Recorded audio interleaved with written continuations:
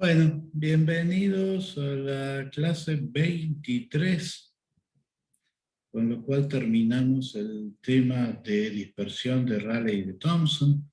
La vez pasada vimos la dispersión de Rayleigh y la aplicación fundamental, que es la dispersión de luz solar en la atmósfera.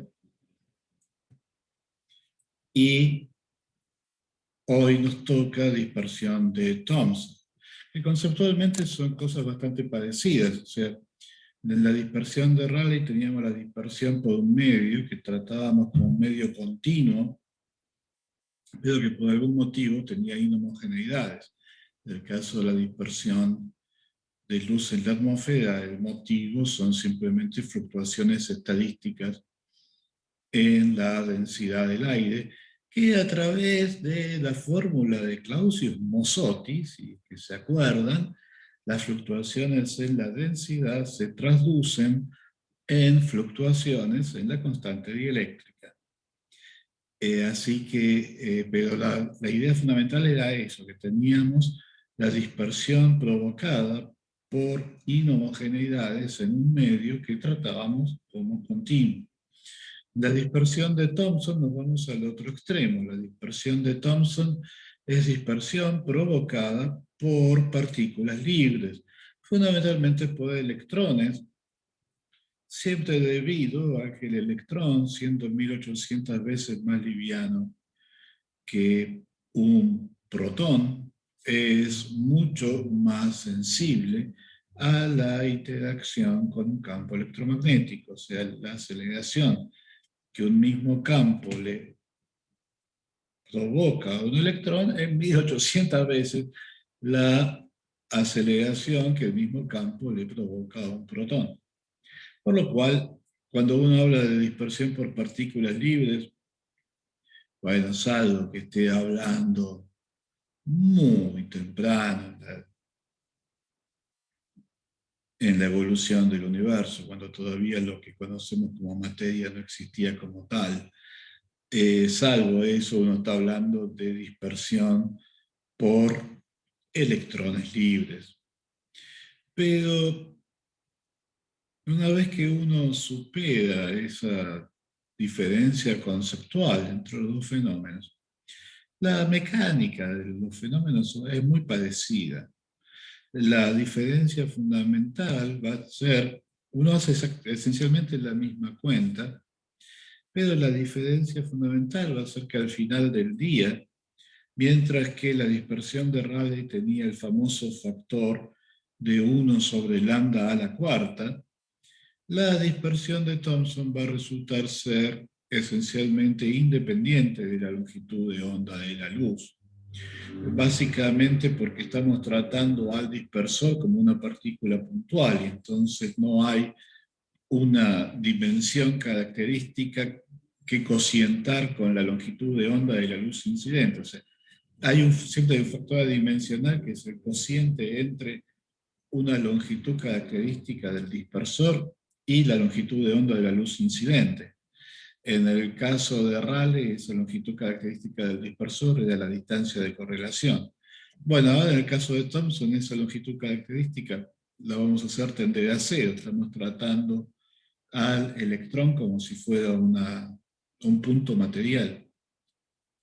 Y entonces también va a desaparecer la dependencia con la longitud de onda de la luz incidente. Los detalles de la cuenta, o sea, en qué momento exacto se pierde esa relación y por qué, bueno, eso va a aparecer en algún momento de la cuenta. Pero la cuenta en sí es bastante parecida a la cuenta que vimos para la dispersión de Rayleigh bajo la aproximación dipolar. Y el resultado va a ser esencialmente el mismo, va a ser que la radiación dispersada va a ser una onda esférica centrada en el dispersor, pero con una amplitud que está modulada por una función que depende de los ángulos. Y en cualquier punto que uno separe, lo que va a ver es una onda plana viniendo directamente del dispersor hacia uno. Los campos van a ser, por lo tanto, ortogonales a la dirección en la que uno está mirando. Y de nuevo, lo que va a pasar es que la luz dispersada va a estar polarizada. Ahora, mientras que en la dispersión de Rayleigh podía convertir luz natural en luz polarizada, la dispersión de Thomson requiere que la luz incidente ya tenga algún tipo de anisotropía para poder convertirla en luz polarizada. O sea, yo tengo mi electrón, por ejemplo, en el momento de la foto que se estaba mostrando, 400.000 años después del Big Bang, mi electrón está recibiendo radiación de todas direcciones y está dispersando radiación en todas direcciones. Para que la luz dispersada tenga una polarización neta, hace falta que la luz incidente ya tenga una cierta anisotropía, que la luz que esté incidiendo sobre mi electrón no tenga la misma intensidad en todas las direcciones. Y haciendo la cuenta, uno ve que además no cualquier anisotropía alcanza, la anisotropía tiene que ser además por lo menos cuadrupolar. O sea, la anisotropía de tipo dipolar, causada, por ejemplo, porque el electrón se mueve respecto del sistema en que la radiación está globalmente en reposo, eso por efecto Doppler ya provoca una anisotropía de tipo dipolar. El electrón va a ver que la radiación que le llega de frente está más caliente que la radiación que le llega de atrás, puramente por efecto Doppler. La radiación que le llega de frente está corrida al azul y la radiación que le llega de atrás está corrida al rojo. Esa anisotropía no alcanza. Si esa fuera la única anisotropía que hay, la luz dispersada por efecto Thomson no tendría polarización. Hace falta un grado mayor de anisotropía para que la luz dispersada tenga una polarización neta. Por lo cual, en realidad, esto que están viendo ahora en la pantalla, una reconstrucción de la radiación cósmica de fondo. Este es un mapa de intensidades, ¿no? Los colores más cálidos representan intensidades mayores.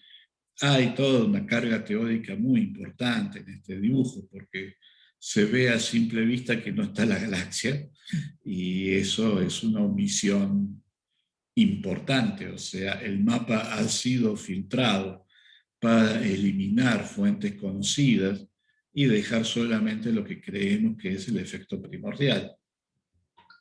Bueno, así como uno puede hacer un mapa de intensidades como el que se está mostrando, uno puede hacer también un mapa de polarización. Y la sorpresa que se llevó la gente es que ese mapa de dispersión obedecía a un patrón muy determinado, lo cual abrió una ventana para investigar la física del universo temprano. O sea, ¿qué pasó en esos 400.000 años para que la radiación cósmica de fondo tuviera el patrón de polarización que efectivamente muestra? Así que hace frío, ya les dije todo lo que tenía que decir, así que podemos ir a tomar un chocolate caliente y meternos en la cama. ¿Qué les parece? ¿Estarían de acuerdo?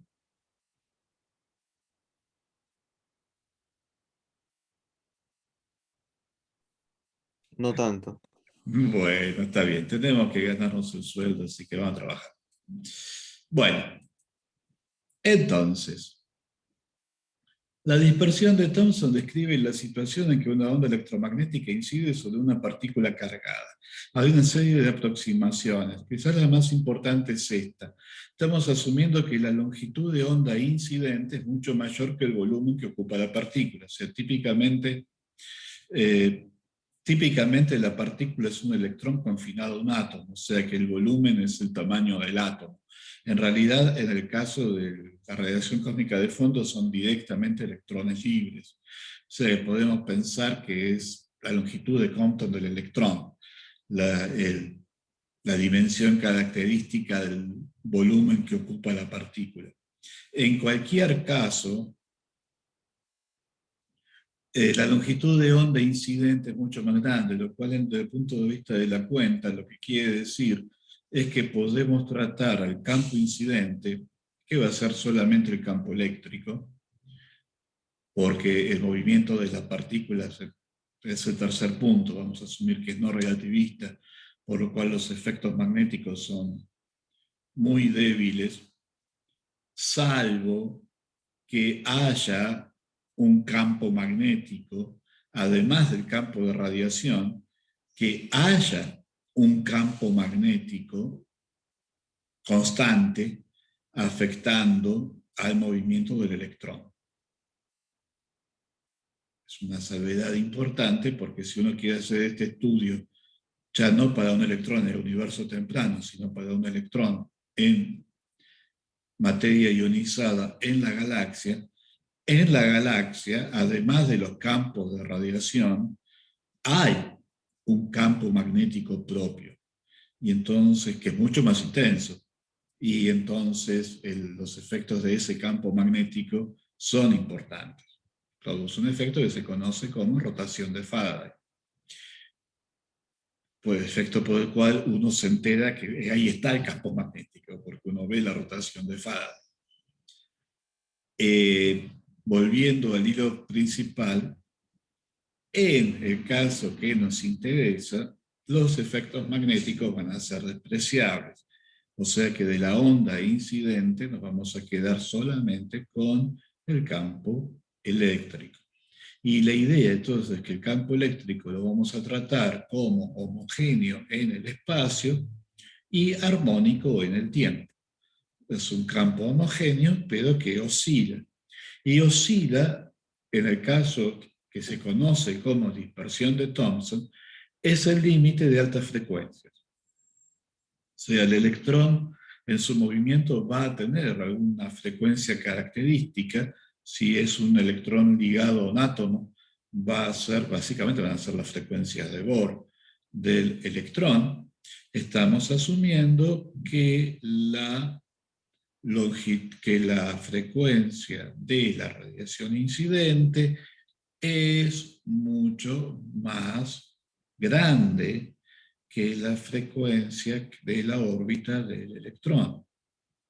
Lo cual quiere decir que en el momento en que la luz incidente completa un periodo, el electrón apenas se movió en su órbita, por lo cual el hecho de que efectivamente está realizando una órbita o se está moviendo como una partícula libre con movimiento rectilíneo y uniforme, es esencialmente lo mismo, porque estamos viendo la órbita durante un periodo tan corto que el electrón apenas se deflecta en ese periodo. O sea, en la práctica, ya sea que aunque el electrón sea un electrón ligado, en el límite de altas frecuencias lo podemos tratar como una partícula libre. Y el problema de la radiación cósmica de fondo, en que de hecho la materia está fundamentalmente totalmente ionizada, entonces directamente tratamos a los electrones como partículas libres. O sea que en los dos casos llegamos a la conclusión de la dispersión de Thomson es dispersión por partículas puntuales, libres, haciendo un movimiento no relativista. ¿Está bien? ¿Se entendió?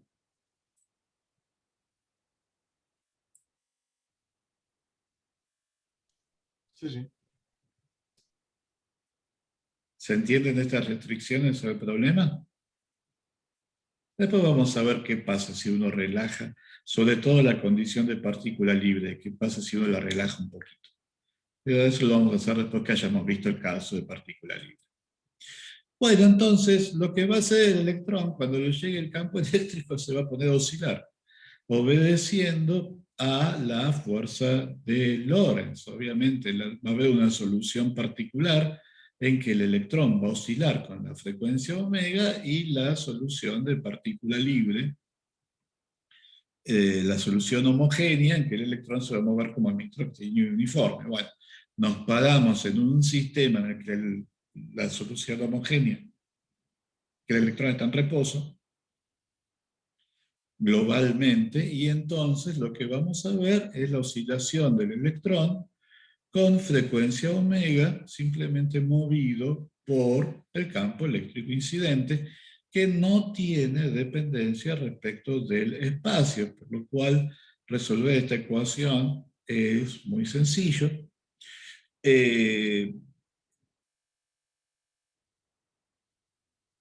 Este movimiento va a inducir una corriente, la corriente la metemos, calculamos como hacemos siempre, los potenciales debidos a la corriente del electrón, usamos la aproximación dipolar que vimos la semana pasada y terminamos encontrando los campos dispersados que se portan. Fíjense que estamos haciendo la aproximación de que la amplitud de este movimiento es muy chiquita, o sea que en realidad la posición del electrón nunca se desvía mucho de cero. En cualquier momento podemos asumir que el electrón sigue estando en el origen. Lo que no podemos despreciar es la velocidad y la aceleración del electrón.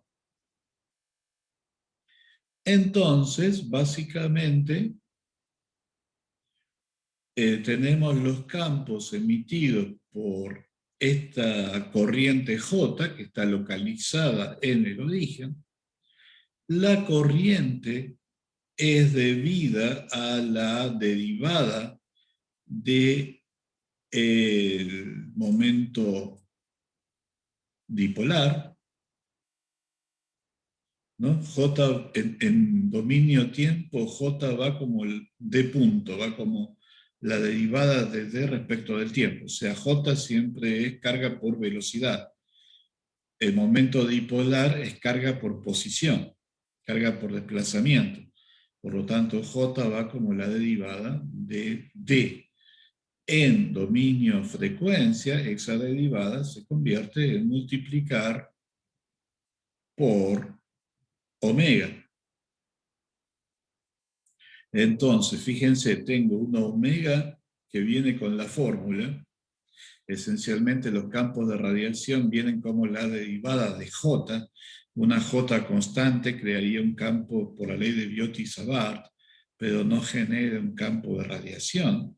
El campo de radiación va como la derivada de J, o sea que ya hay un omega acá. El campo eléctrico hereda la frecuencia que ya estaba en el campo magnético. Acá aparece una segunda frecuencia porque J va como la derivada de D. En el caso de Rayleigh, esta D era esencialmente independiente de la frecuencia, me quedaban dos omegas, omega al cuadrado, cuando multiplicaba estos dos entre sí para sacar el flujo de energía, me quedaba un omega a la cuarta. Pero ahora tengo un omega acá, tengo un omega acá, tengo un omega cuadrado. D es la carga por el desplazamiento. Pero la ecuación de movimiento es que la frecuencia al cuadrado por el desplazamiento es el sub 0. O sea, cuando voy a calcular el dipolo me queda un omega cuadrado dividiendo. Y ese omega cuadrado cancela a este y a este. Y el resultado va a ser entonces que los campos dispersados van a oscilar con frecuencia omega, pero la amplitud de los campos va a ser independiente de la frecuencia. O sea, es una cancelación. Yo tengo un omega acá, tengo un omega acá, pero también tengo un omega cuadrado en la ecuación 28 dividiendo, y esa es la cancelación. Todo viene de que cuanto más grande es la frecuencia, más chica es la amplitud del desplazamiento. ¿Está bien? ¿Eso se entendió? Porque es la diferencia fundamental entre el scattering de Thomson y el scattering de Rayleigh.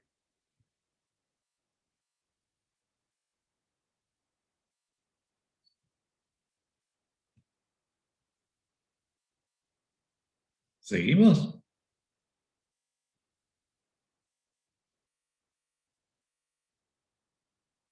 Sí. Bueno. Bueno, entonces hacemos lo mismo de siempre. Calculamos el vector de Poynting. El vector de Poynting, si yo estoy mirando esta X, es la dirección en la que estoy mirando. Veo que el vector de Poynting apunta hacia mí. La intensidad de carga, entonces, bueno, está este factor 1 sobre r cuadrado, que es puramente geométrico, viene de este 1 sobre r de la onda esférica. Obviamente la intensidad dispersada es proporcional a la intensidad incidente, y aparece este factor sigma, que cuando uno mira las unidades, obviamente, como SS y S0 son la misma magnitud, tienen las mismas unidades, sigma tiene que tener unidades de área, de distancia al cuadrado. O sea, sigma es lo que se conoce como la sección eficaz de dispersión. Y hago la cuenta, y este sigma resulta ser esto, que fíjense, lo que está adelante son todas constantes universales. Bueno, de la masa del electrón, la carga del electrón, la velocidad de la luz al cuadrado, y aparece un factor que depende de la dirección de polarización de la luz incidente, estamos asumiendo luz linealmente polarizada, y la dirección de mida. O sea que este factor dice que la luz dispersada no va a ser isótropa, va a ser máxima en el plano que es perpendicular a la línea de mida y al vector al plano de polarización de la luz incidente, que es básicamente el mismo tipo de patrón estilo seno cuadrado de tita que ya habíamos visto para la dispersión de Rayleigh. La diferencia fundamental está acá. Acá en la dispersión de Rayleigh había un omega a la cuarta, acá no está. Y esto es lo que se conoce como la sección eficaz de Thomson. O sea, cuando esto es en realidad es sección eficaz diferencial, porque todavía estoy mirando en una dirección determinada. Si yo me quiero preguntar, bueno, ¿cuál es la energía total dispersada? Lo que hago es integrar este verso de X sobre la esfera. O sea, integro este verso de X en 4pi. Y eso lo que me da es un factor puramente numérico. Aparece este 8pi sobre 3, que viene de la integral de ese otro factor. Básicamente es la integral del seno cuadrado de tita sobre toda la esfera.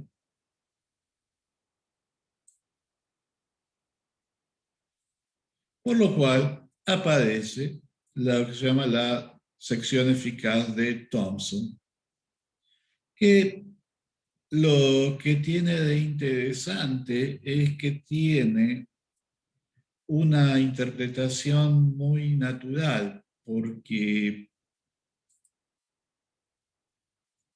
disculpen, no.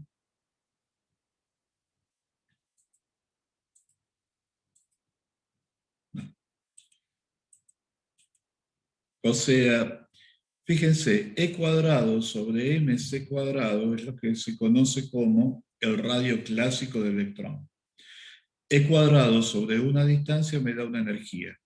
Mc cuadrado, si yo hago E cuadrado sobre D, eso sería la energía electrostática de una esfera cargada de radio D. Mc cuadrado es la energía en reposo del electrón. Esta m es la masa del electrón. Entonces, si yo tengo un radio D tal que la energía electrostática de una esfera de carga E y radio D sea igual a la energía en reposo del electrón, eso es lo que se conoce como el radio clásico del electrón.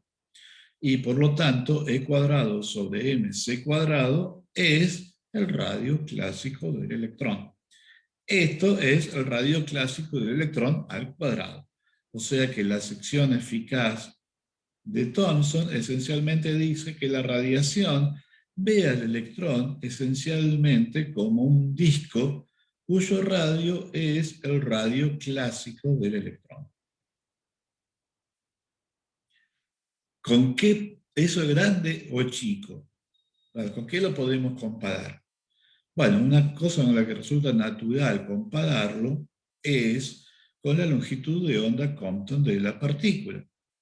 O sea, nosotros sabemos que el electrón va a estar confinado por el principio de incerteza de Heisenberg en un volumen cuya dimensión característica va a ser la constante de Planck. Esto es h sobre 2pi, pero eso es un detalle. La constante de Planck dividido el impulso del electrón. Bueno, bárbaro. El impulso, como estos son electrones no relativistas, el impulso del electrón es m por b. Pero como son no relativistas, B siempre va a ser bastante más chico que C. Por lo tanto, el impulso del electrón siempre va a ser mucho más chico que mc. Por lo cual, las dimensiones en las que está confinado el electrón siempre van a ser mucho más grandes, porque acá el impulso está dividiendo, que h barra sobre mc. La longitud de onda Compton da el orden de magnitud de la distancia en la que yo puedo esperar confinar al electrón. Mi incerteza acerca de la posición efectiva del electrón siempre va a ser más grande que la longitud de onda Compton. Entonces, yo tenía la sección eficaz de Thomson, que era esencialmente el radio clásico del electrón al cuadrado.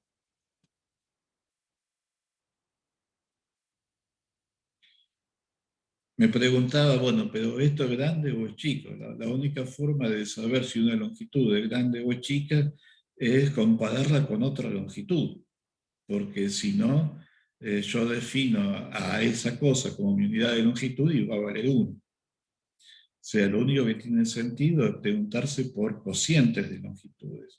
Entonces, ¿con qué otra longitud la puedo comparar? Bueno, comparémosla con la distancia en la cual yo puedo garantizar que el electrón está confinado. O sea, comparémoslo con mi incerteza en la posición del electrón. Bueno, mi incerteza en la posición del electrón, orden de magnitud, va a ser el orden de la longitud de onda Compton, h sobre mc. Entonces, el cociente que tiene sentido es hacer el radio clásico del electrón al cuadrado dividido la longitud de onda Compton al cuadrado. Y lo notable es que eso da lugar a una constante universal muy conocida, parece la constante de estructura fina, E cuadrado sobre h barra c. Fíjense, E cuadrado tiene unidades de energía por distancia, ¿no? Porque E cuadrado sobre distancia es energía potencial. Así que E cuadrado es energía por distancia. Y acá estoy haciendo h barra es energía por tiempo por distancia sobre tiempo, o sea que h barra c también tiene unidades de energía por distancia. Esta combinación es adimensional. Acá la estoy escribiendo en el sistema de Gauss. Si escribo la constante de estructura fina en el MKS, me aparece la constante dieléctrica del vacío. Porque en el sistema MKS la constante dieléctrica del vacío tiene unidades.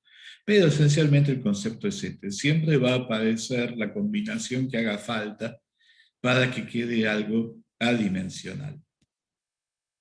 Y ese numerito es notable, está muy cerca de 1/137, a tal punto que en algún momento se especuló que la constante de estructura fina era 1/137, ¿no? 137 como número entero. Bueno, hubiera sido lindo, pero terminó siendo como las fórmulas de la pirámide de Keops, o sea, no es 1/137, es 1/137,000 algo. Pero bueno, fue una especulación, mientras duró fue divertido. Así que es notable que cuando uno hace este cociente, el radio clásico de electrón al cuadrado dividido a la longitud de onda al cuadrado, le aparece la constante de estructura fina al cuadrado. Básicamente porque la constante de estructura fina va como e cuadrado y yo acá tengo una a la cuarta. Bueno, la constante de estructura fina esencialmente es 10 a la menos 2, la constante de estructura fina es esencialmente 10 a la menos 4. O sea que la longitud de onda Thomson es chica o es grande. La sección eficaz de Thomson. Bueno, en realidad, uno lo ve 10 a la menos 4 y piensa que esto es chiquito. Pero cuando lo compara con la sección eficaz que sería la dispersión de un gravitón, esto es enorme. O sea que esto en realidad lo que está mostrando es que la interacción electromagnética es bastante fuerte. Sería chico comparado con la longitud, lo que sería la sección eficaz de dispersión de una interacción fuerte, que es del orden de 1. Pero por otro lado, la interacción fuerte es de corto alcance, solamente funciona dentro de núcleos. Así que para electrones libres, esto es realmente la interacción más fuerte que hay. Y bueno, esto es la manera de acordarse más o menos cuál es el valor de la sección eficaz de Thomson. Es la longitud de Compton al cuadrado por la constante de estructura fina al cuadrado. Y la constante de estructura fina, uno se acuerda de que es 1/137. ¿Está bien? Esto fue un poquito largo. ¿Se pudo seguir? ¿Quedó alguna duda?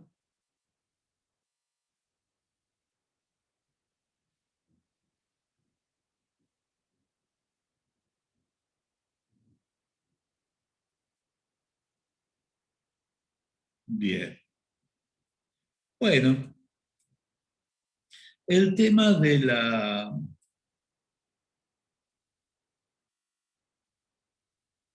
la polarización. Ven que yo había dicho, bueno, la intensidad de la luz dispersada va como este producto vectorial. X es el versor en la dirección de mira, E0 es la dirección de polarización de la luz incidente.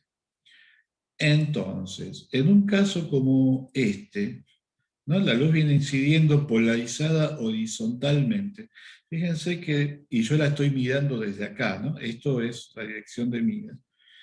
Fíjense que en este caso la luz polarizada en esta dirección coincide con la dirección de X. Y por lo tanto el producto vectorial de estos dos vectores, el horizontal y este, va a dar 0. Simplemente la luz que incida con esta polarización no se va a dispersar en esta dirección, se dispersará en otras direcciones, pero no en esta. Mientras que la que viene polarizada verticalmente, esa se va a polarizar, se va a dispersar con amplitud máxima. O sea, en este caso, el famoso θ entre la dirección de polarización y la dirección de mira, el θ 90 grados, el signo de θ vale 1. Bueno, acá pasa medio al revés, o sea, el que viene polarizado en esta dirección, la que sería la dirección perpendicular a la pantalla, no se va a dispersar en esta dirección, pero la que viene polarizada transversalmente sí. Y entonces la luz que yo voy a ver va a ser la luz dispersada en esta dirección, que venía polarizada en esta dirección, y la que venía polarizada en esta dirección. Si la luz es isótropa, a su vez cada una multiplicada por la intensidad de la luz incidente. Bueno, si la luz polarizada es isótropa,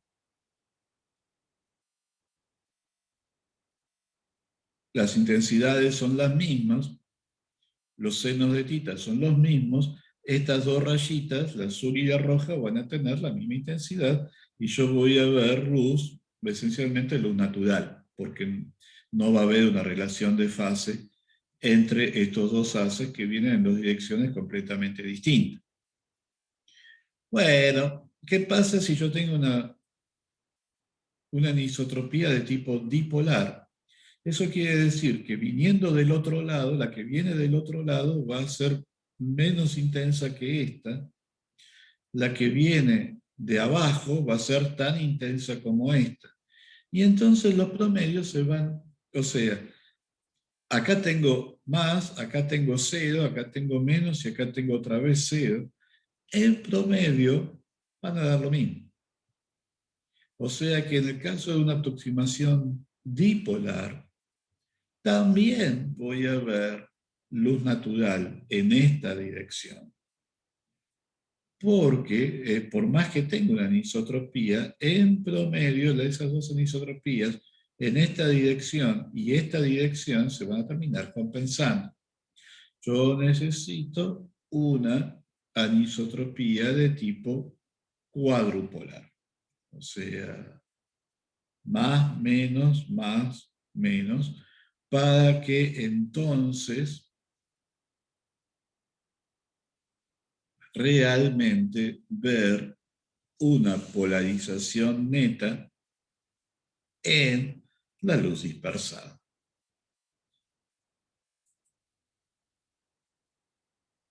Que es lo que está representado en este dibujo. O sea que la polarización de Thomson puede generar, la dispersión de Thomson puede generar una polarización neta en la luz dispersada si el electrón ve que la luz que le incide en distintas direcciones tiene una cierta anisotropía. La luz que le está incidiendo el electrón podría ser natural, pero lo importante es que haya una anisotropía en la intensidad respecto de la dirección de incidencia. Y entonces, debido a este seno de tita que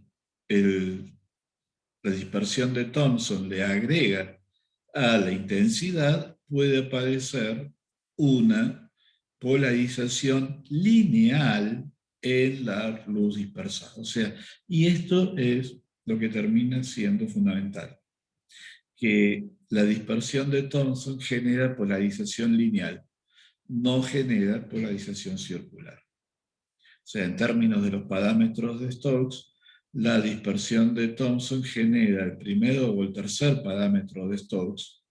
¿Se acuerdan que el primero medía polarización a lo largo del eje X y el tercero medía, creo que el segundo, medía polarización lineal a 45 grados? Había un tercer parámetro de Stokes que medía polarización circular y ese parámetro de Stokes no es afectado por la dispersión de Thomson. La dispersión de Thomson convierte luz natural en luz linealmente polarizada, no en luz circularmente polarizada. Y eso es lo que sería, en inglés uno diría lo que sería el revólver humeante, es la ventana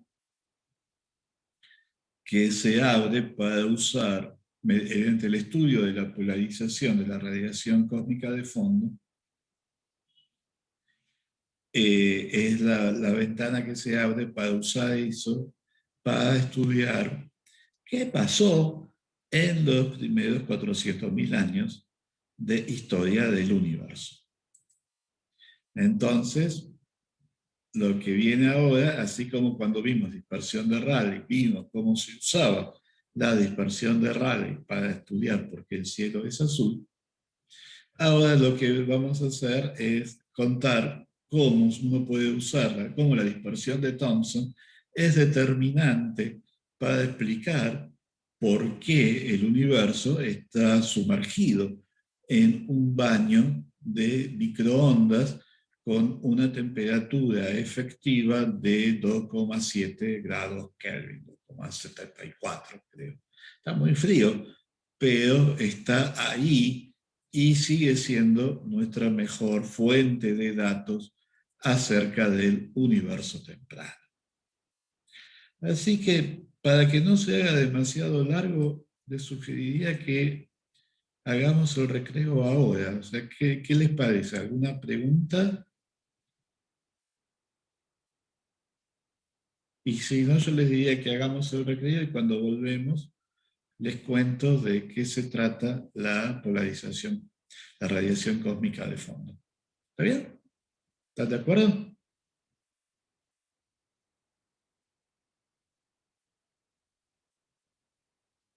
Bueno, entonces seguimos y 10.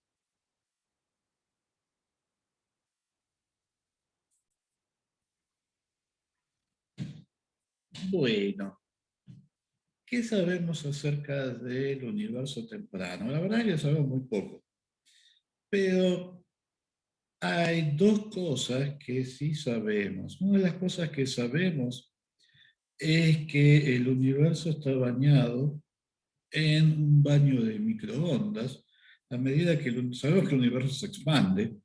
Hace muy poquito que sabemos que se expande de manera acelerada, pero ya desde los años 30 sabíamos que el universo se expande. A medida que el universo se expande, este baño de radiación en el que el universo está inmerso se corre al rojo, por lo cual es cada vez más rojo.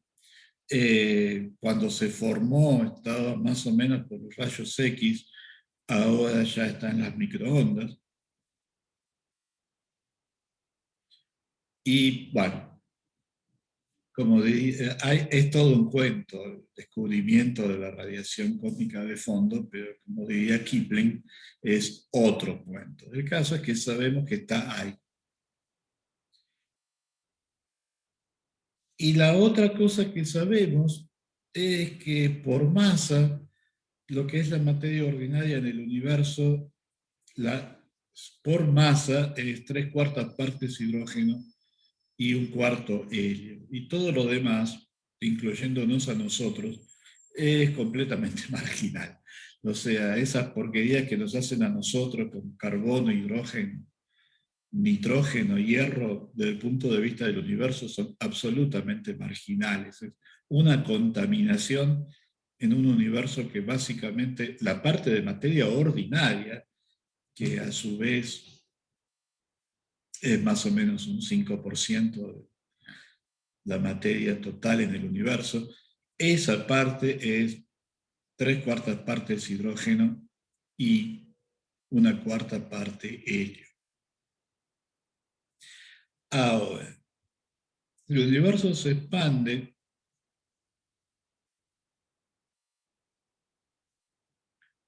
Eso quiere decir, por el mismo motivo que la radiación que lo llena se está corriendo al rojo, acuérdense de la ley de desplazamiento de Wien, ¿no? La temperatura de la radiación es inversamente proporcional a la longitud de onda media.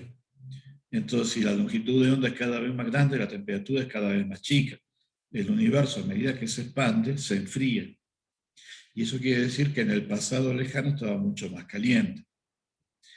Llega un momento en que no puede haber átomos estables, está demasiado caliente. Sin embargo,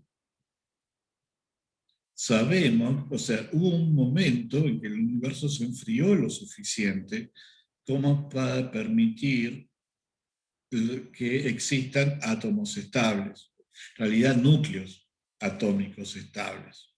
Y en ese momento, entonces,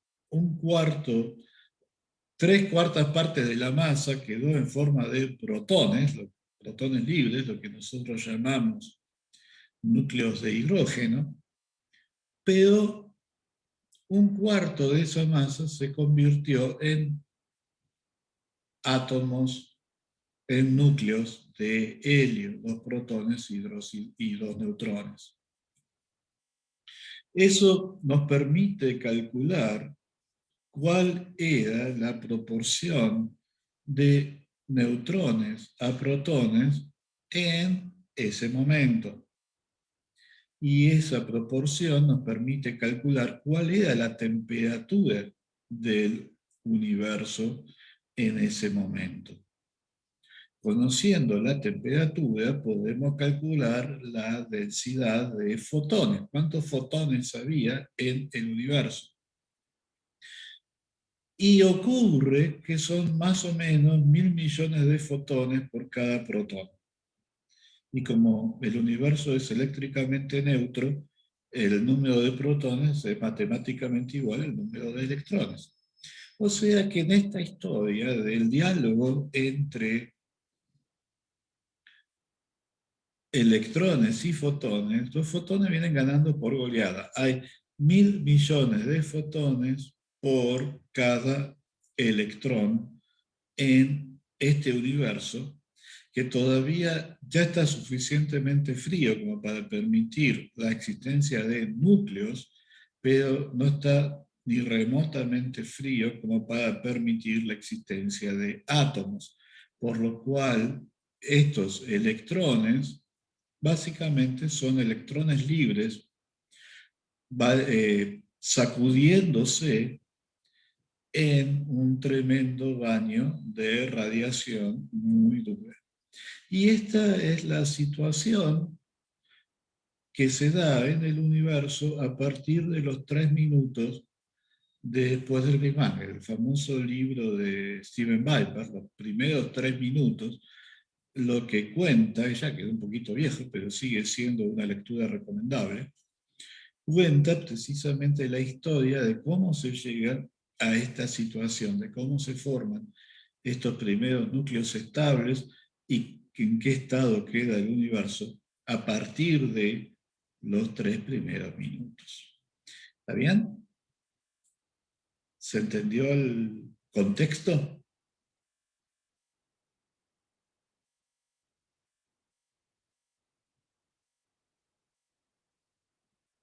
Bueno, Sí, un poco. Me llamó la atención lo del libro, pues solo conocía la canción. bien. Es un libro de los 70, que es más o menos cuando se desarrolló esta parte de la teoría. Después pasaron un montón de cosas, pero básicamente las ideas fundamentales siguen siendo válidas. Bueno, ¿qué pasa?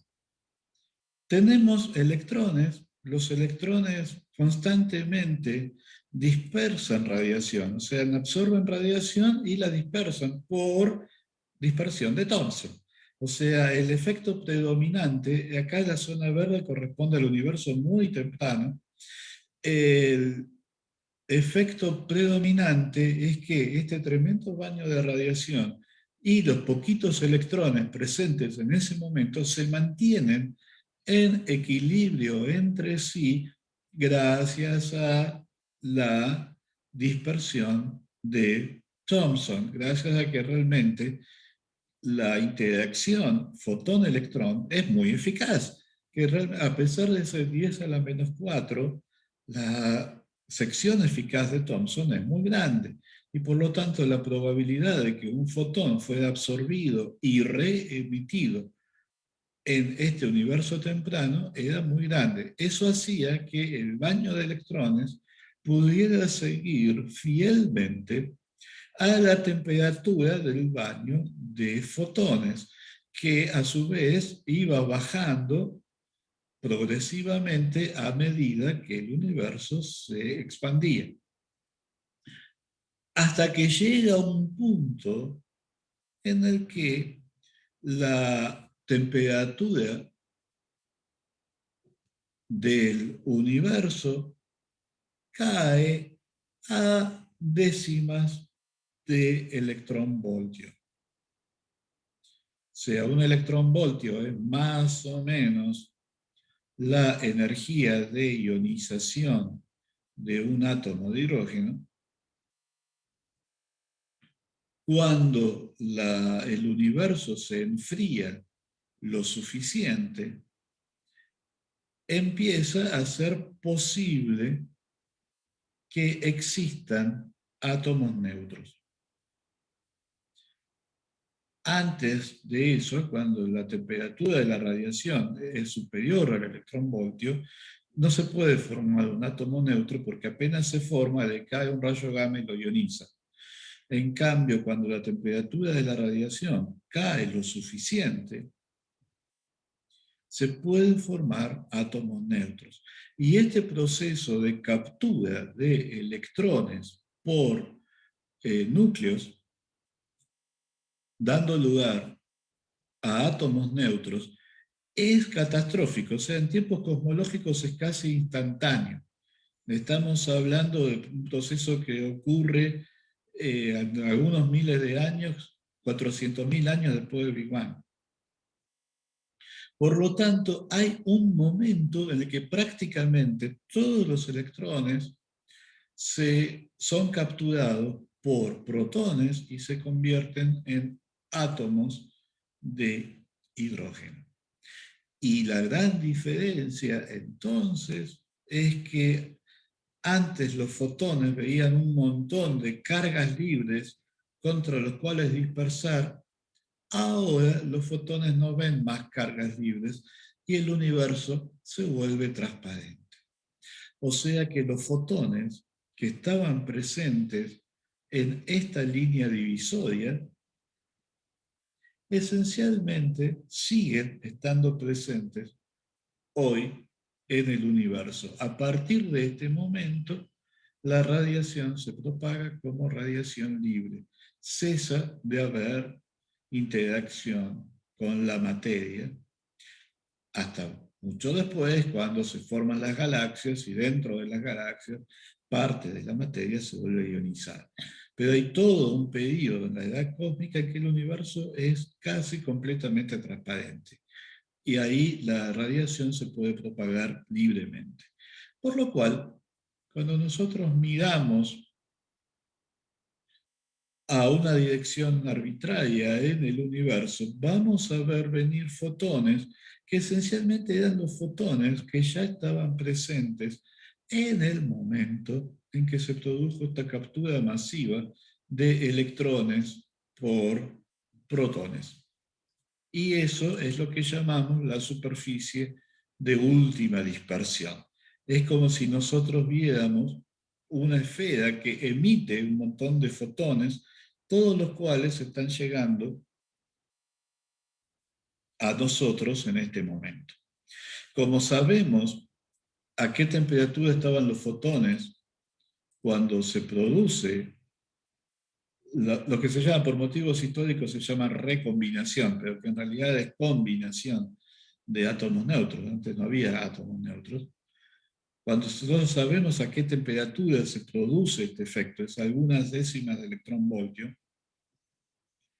sabemos qué temperatura tiene la radiación cósmica ahora. Un electronvoltio son 10.000 grados Kelvin. Sabemos que la temperatura ahora es de 3 grados Kelvin, o sea que la temperatura de la radiación cayó por un factor 1000 desde el momento de última dispersión hasta hoy. Eso nos permite calcular cuánto, o sea, si la temperatura de la radiación cayó por un factor 1000, quiere decir que el tamaño del universo aumentó por un factor 1000 por la ley de desplazamiento de Wien, ¿no? La longitud de onda y la temperatura son inversamente proporcionales. Sabiendo que el universo se expandió por un factor 1000, esto es lo que quiere decir esta Z que está acá, desde la superficie de última dispersión hasta hoy podemos calcular cuándo fue esta superficie de última dispersión, y por eso sabemos que fue de 350 a 500.000 años después del Big Bang, alrededor de 400.000 años después del Big Bang. Así que esto es la física de la radiación cósmica de fondo. Es la radiación que se mantenía en equilibrio con los electrones por dispersión de Thomson, que queda libre porque los electrones son capturados por átomos, por protones, se convierten en átomos neutros y por lo tanto dejan de dispersar. Esto es básicamente el proceso físico que subyace la formación de la radiación cósmica de fondo. Scattering de Thomson antes, propagación libre después. Y lo que requiere un poquito más de estudio, lo que podemos hacer ahora, tendría que demostrarles que efectivamente el efecto es muy rápido y realmente es prácticamente instantáneo.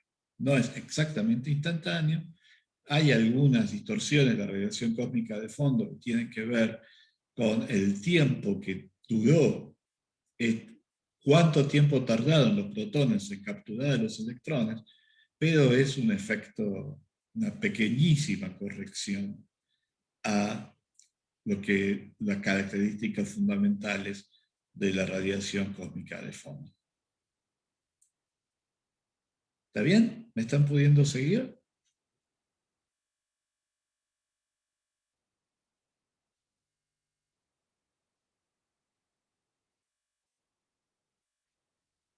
¿Alguien que se juegue?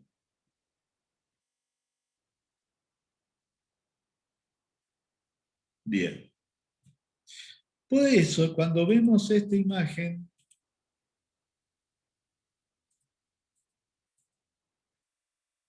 ¿no? La imagen que está al comienzo de la clase, estamos viendo una foto del universo cuando tenía 400.000 años.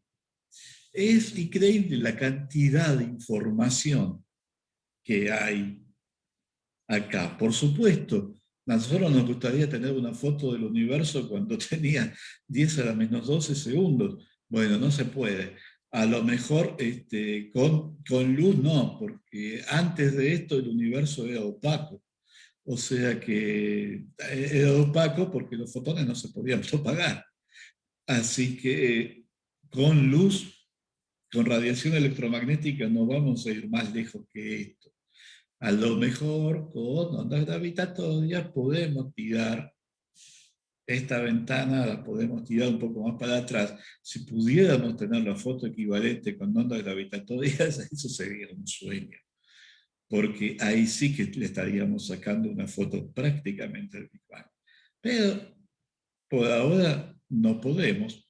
Nos tenemos que conformar con la imagen del universo que podemos sacar en el momento en que el universo se vuelve transparente, cuando ya tenía alrededor de 400.000 años. ¿Está bien? ¿Se está pudiendo seguir? Está bien. A propósito, viene bastante a nivel divulgación. O sea, lo único que me interesa es mostrar las ramificaciones que tiene el electromagnetismo, como termina siendo fundamental en aplicaciones que uno jamás hubiera sospechado, aún si uno se mantiene dentro del espectro de la física teórica, ¿no? De la física orientada por la curiosidad.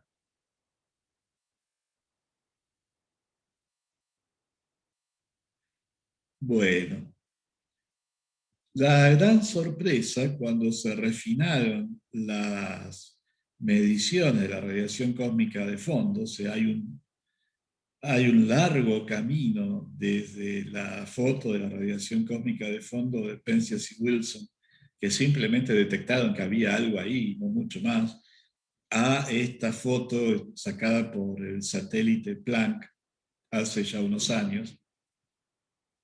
Esta es la foto más nueva que tenemos. fue la última vez que se intentó fotografiar en 4pi, ¿no?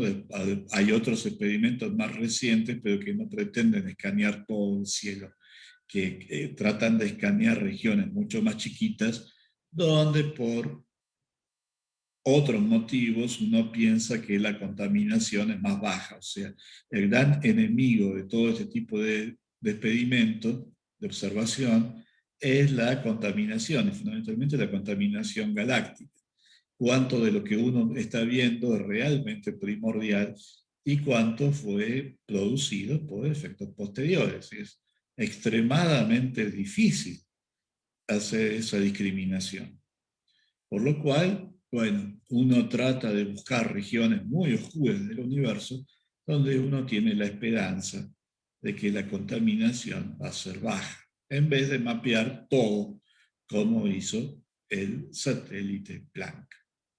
Así que la gran sorpresa es que además de tener una intensidad que dependía de la dirección, el universo, la radiación cósmica de fondo venía polarizada, con una polarización que también tenía un cierto nivel de anisotropía, o sea, no era exactamente la misma polarización en todas las direcciones. Y esa polarización es debida de vuelta a la dispersión de Thomson. La dispersión de Thomson es el mecanismo de interacción dominante entre los electrones y la radiación antes del momento de recombinación. Y si la dispersión de Thomson está produciendo luz polarizada, eso quiere decir que este baño de radiación primordial no era exactamente isótropo. O sea, el hecho de que tengamos anisotropías el hecho de que tengamos polarización muestra que había una anisotropía en la intensidad de la radiación en el universo temprano. O sea, nos permite mapear con mucha mayor precisión la distribución de densidades en el universo temprano. Y esas inhomogeneidades son fundamentales para nosotros porque de ahí venimos nosotros. O sea, por interacción puramente gravitatoria. La interacción gravitatoria es inherentemente inestable y entonces donde se produce una sobredensidad, esa sobredensidad va a tender a atraer más materia. Esto es un efecto que se puede entender perfectamente a nivel newtoniano, no hace falta de relatividad general para esto. La gravedad atrae, por lo tanto, una sobredensidad va a atraer más materia y por lo tanto se va a volver más densa todavía. Y entonces va a traer más materia y va, por lo tanto, a volverse más densa hasta que va a poder llegar a un punto en que va a tener suficiente peso como para colapsar. Y de ahí vienen las galaxias. Y cuando colapsa lo suficiente, esta masa de gas ahora caliente por la energía liberada por el colapso gravitatorio, bueno, puede ser que en alguna región de esta masa de gas caliente se vuelvan a iniciar las reacciones termonucleares. Este hidrógeno y helio primordial se va a entrar en ciclos nucleares más eficientes, va a aparecer carbono, va a aparecer oxígeno, eventualmente en estrellas muy pesadas puede llegar a aparecer hierro. Algunas de estas estrellas no van a poder soportar su propio peso, van a estallar como supernovas. Estos materiales se van a dispersar por el universo y de ahí venimos nosotros. O sea que estas inhomogeneidades en la radiación cósmica de fondo, que son develadas por el patrón, bueno, primero por el patrón de intensidad de la radiación cósmica de fondo, y después con mayor detalle por el patrón de polarización, son el resultado de estas fluctuaciones primordiales en la densidad de masa, la densidad de energía en el universo, que es el origen de todas las estructuras que conocemos, incluyéndonos a nosotros. Por eso es lo que hace que esto sea un tema de estudio fascinante. Aunque, por supuesto, la conexión desde acá a nosotros, bueno, hay unos cuantos pasos en el medio, pero la conexión en algún nivel existe. ¿Está bien? O sea, estamos mirando una foto de familia, en una palabra. ¿Qué les parece?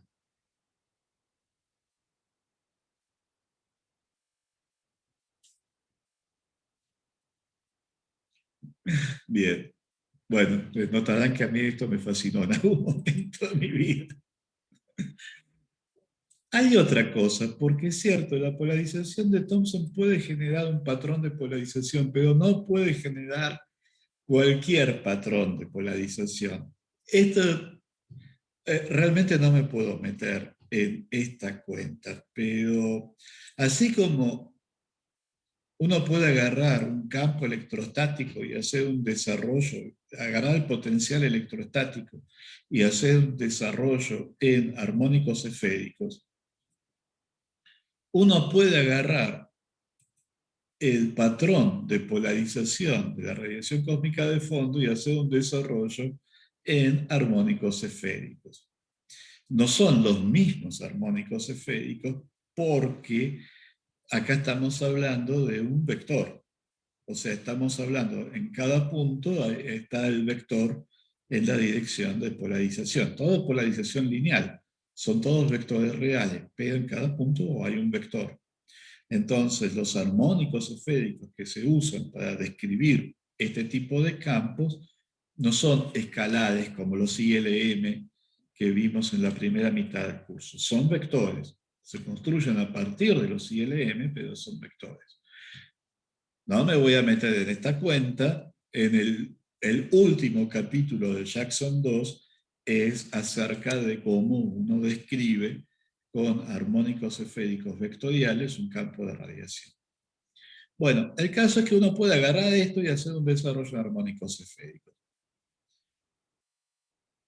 Y cuando lo hace, descubre que no es cualquier desarrollo en armónicos esféricos. Básicamente, las únicas componentes que aparecen son las que son invariantes frente a paridad. O sea, las que son invariantes frente a una reflexión especular. Y esto es debido, uno va siguiendo la cuenta y se debe a las características de la radiación cósmica de fondo. O sea, esencialmente tiene que ver con esto de que la radiación cósmica de fondo convierte luz natural en luz polarizada linealmente, pero no en luz circularmente polarizada. O sea, la última línea a la que uno tiene que registrar es que es posible agarrar este mapa de polarizaciones, hacer un desarrollo de este mapa en armónicos esféricos, vectoriales, pero armónicos esféricos, y se da cuenta que no cualquier mapa de armónicos esféricos puede aparecer como resultado de esa cuenta, que solamente aparecen ciertos desarrollos que se caracterizan porque los únicos armónicos esféricos que aparecen con amplitud no nula son invariantes de paridad, son los que son invariantes de paridad. O sea, esto uno lo puede convertir en un mapa, en un desarrollo en armónicos esféricos, pero no cualquier desarrollo en armónicos esféricos describe un mapa de polarizaciones que sea posible producir por dispersión de Thomson de radiación térmica, independientemente de cuáles sean las fluctuaciones en la temperatura, o sea, radiación, en cada punto voy a tener una intensidad distinta, pero en cada punto tengo radiación térmica y por lo tanto luz no polarizada. El scattering de Thomson me convierte eso en un baño de radiación polarizado, pero no polarizada de cualquier manera. ¿Está bien? ¿Eso se entendió? Yo, viendo un desarrollo en armónicos esféricos, me doy cuenta si ese baño de radiación se pudo haber producido por este mecanismo o no. Es como ver una secuencia de 16 números y darse cuenta si eso puede ser el CBU de una cuenta bancaria o no. Hay relaciones que tienen que satisfacer, que si no, no es. ¿Está bien? ¿Eso se entendió?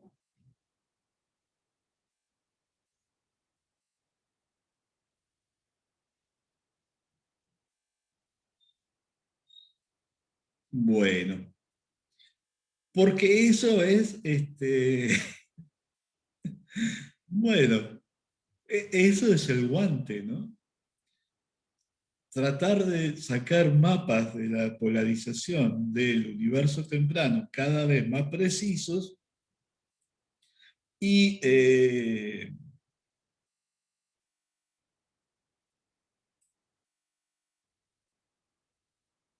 y ver si realmente el único mecanismo que está jugando es la dispersión de Thomson.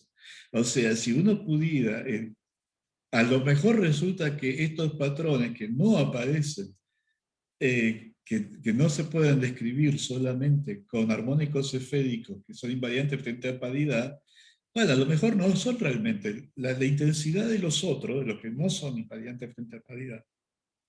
A lo mejor no es exactamente cero, a lo mejor es simplemente muy chiquita y todavía no la vimos.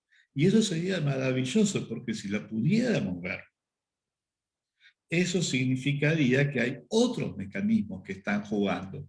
Por ejemplo, que podría ser que además de este fondo de radiación electromagnética, hubiera un fondo de radiación gravitatoria que esté jugando. Y eso sería otro mecanismo que provocaría polarización vinculada, que es distinto de la dispersión de Thomson. O sea, generaría otro tipo de anisotropías en la radiación que ven los electrones, que ahora permitiría generar este otro tipo de armónicos esféricos.